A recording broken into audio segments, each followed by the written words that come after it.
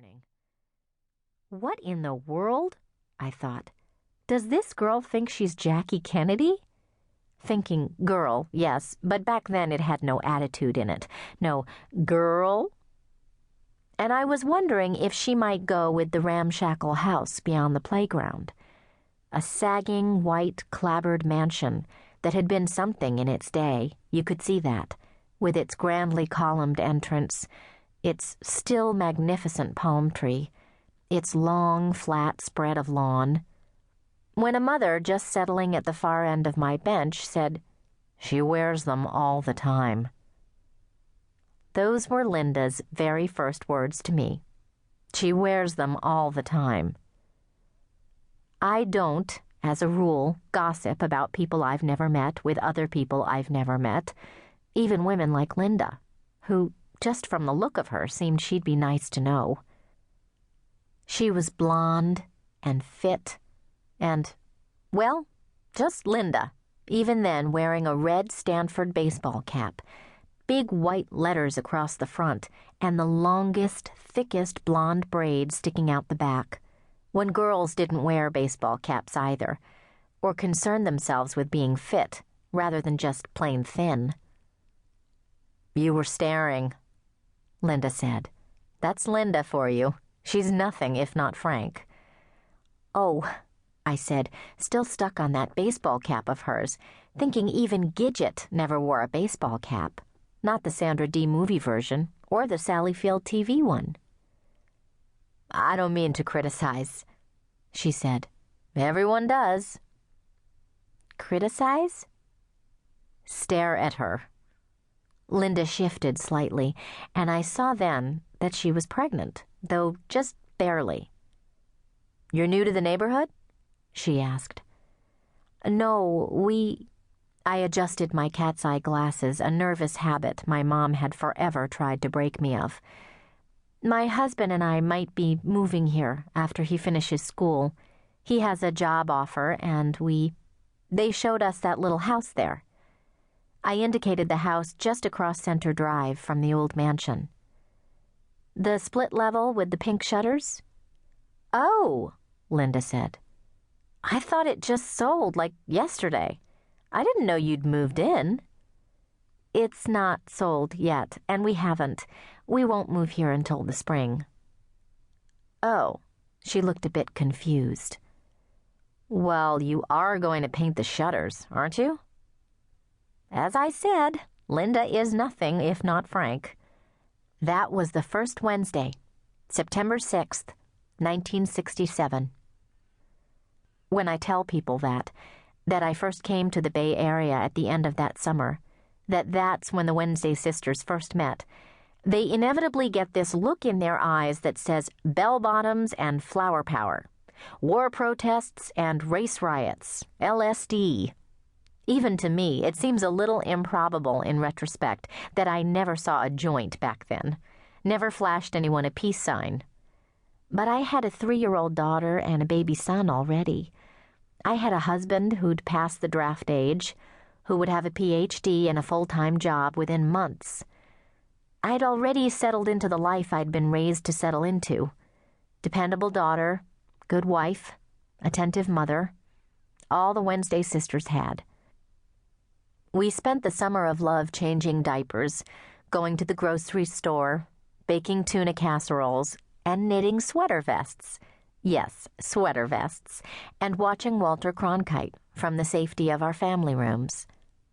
I watched the local news, too, though that was more about following the Cubs. They'd just lost to the Dodgers, ending a 3-game winning streak. Not much, 3 games, but then they are the Cubs, and were even that year, despite Fergie Jenkins throwing 236 strikeouts and Ron Santo hitting 31 out of the park. Anyway, I was sitting there watching Maggie on the slide, about to call to her to clear away from the bottom when she did it on her own, and I was just a bit intimidated by this blonde I didn't know yet was Linda. And that occurred to me, that I didn't know her name. "I'm Frankie O'Mara," I said, forgetting that I'd decided to be Mary, or at least Mary Frances, or Fran, in this new life. I tried to back up and say Mary Frances O'Mara. It was the way I liked to imagine my name on the cover of a novel someday. Not that I would have admitted to dreams beyond marriage and motherhood back then. But Linda was already all over Frankie. Frankie? A man's name. And you all curvy and feminine. I wish I had curves like you do. I'm pretty much just straight up and down. I'd have traded my curves of unlost baby gain for what was under her double-knit slacks and striped turtleneck in a second. Or I thought I would then. She looked like that girl in the Clairol ads. If you can't beat 'em, join 'em. Except she was more, if you can't join 'em, beat 'em, somehow. She didn't wear a speck of makeup either, not even lipstick. "What are you reading, Frankie?" she asked. In fairness, I should explain here that Linda remembers that first morning differently. She swears her first words were, "What's that you're reading?"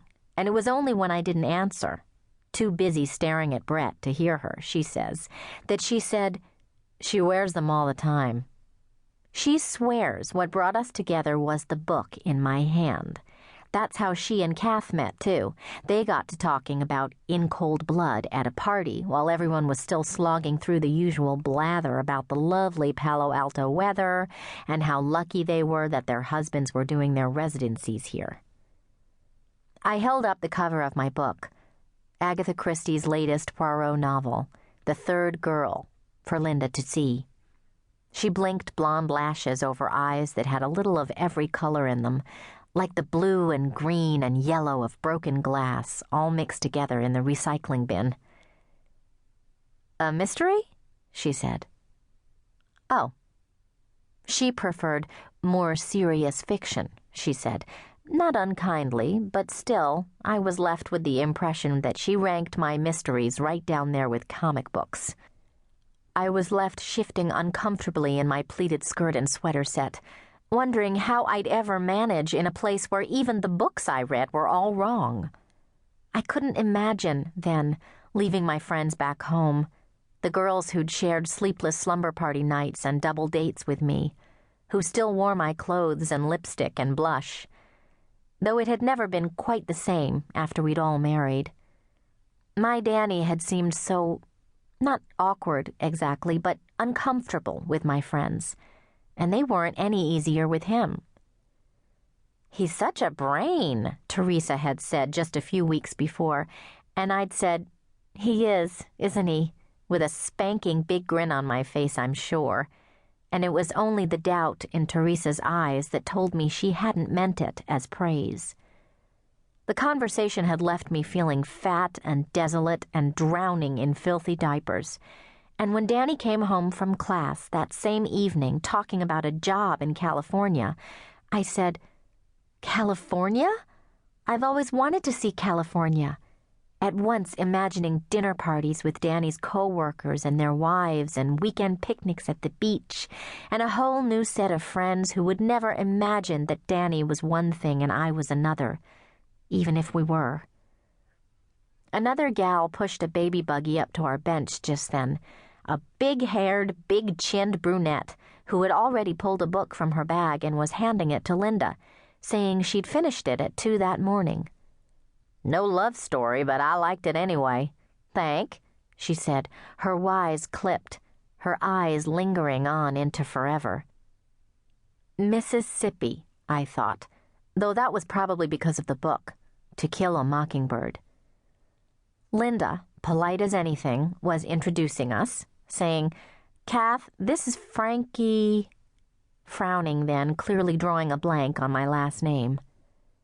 "Mary Frances O'Mara," I said, remembering this time, Mary Frances or Fran. "Frankie's moving into that cute little house with the awful pink shutters," Linda said. "Linda," Kath said. "In the spring, right?" Linda said. "Maybe not that house," I said. "Oh, right, she hasn't bought it yet, but when she does, she's going to paint the shutters." "Linda!" Kath blinked heavily darkened lashes straight at her friend's lack of manners. Then to me, You can see why she